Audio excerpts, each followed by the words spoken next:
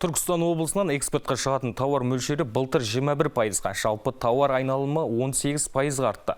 Қарқынды өсім болғанымен тауар экспорттаушылар бірқатар мәселелер бар екен. Өңірлік экспорттаушылар кеңесінде кәсіпкерлер проблемаларын ортаға салды. Абдрахман Жұмабеков өңірдегі ірі экспорттаушылардың бірі. Ол соңғы 15 жылдан бері түрлі емдік қасиетке ие шөп дәрілерді алыс жақын шетелдерге экспорттайды. Былтырдың өзінде 4,5 мың тонна өнімді шетелге сатқан.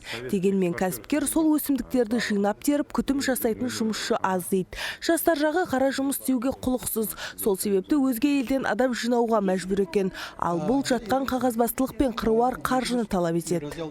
Осы мәселені біз Өзбекстан, Қырғызстан, Тәжікстан сияқты мемлекеттермен, жұмыс күші көп мемлекеттермен әрекеттесіп, сол жақтан шетелдік жұмысшыларды тарту бойынша да біраз жұмыс жасап келеміз, бірақ осы бағытта біздің алдымызда өте үлкен проблемалар бар.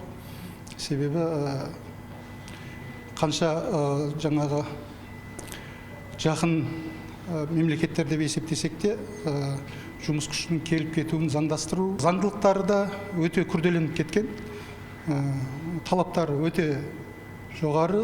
Түркістан облысы республика бойынша ауыл шаруашылығы саласы өнімдерін экспорттаудан алғашқы орында. Одан бөлек өңірден трансформатор, уран, бидай және тағы да басқа өнімдер шекарасады. Және бұл экспорт мөлшері жылдан жылға артып келеді. Біздің экспортер кәсіпкер Ресейге қазір тауар жіберілсе, оның жолын, шығынын төлеп береді. Және сол жақтан егерде бір офис, мысалы кеңсе, офис дейміз ғой, соны либо магазин арендовать етсе, онда. Және енді жергілікті атқарушы орган біздер көмектесіп, ана шекарадан өте алмай қалады. Бір жерлерде мысалы бір құжаттар дұрыс болмай қалады. Оның барлығын біз бірлесе шешіп көмектесіп отырмыз қазіргі кезде. Бүгінде облыста 300-ден астам экспорттаушы бар, оның 65-і тұрақты түрде жұмыс істейді. Еске салсақ, Түркістан облысының тауар айналымы 2022 жылы 1 миллиард 511 миллион 900 мың ақш долларына жеткен. Бұл алдыңғы жылмен салыстырғанда 18%-ға жоғары. Айдана Дүйсенбаева, Нұридин Ысқақ, Түркістан 24.